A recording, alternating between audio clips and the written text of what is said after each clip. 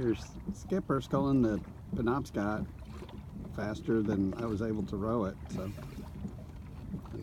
maybe that was by design. I don't know. Maybe. I can't row. I can't row. You said scull. Great workout.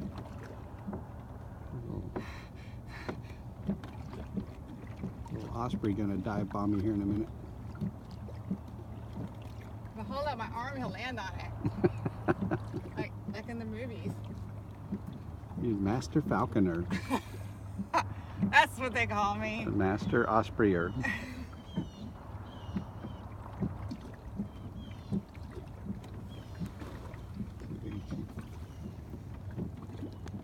Here in about 18 inches of water.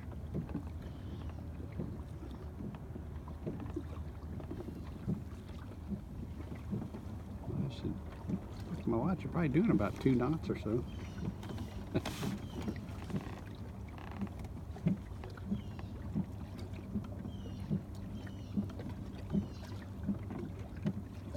Whee! How's that tiller holding up?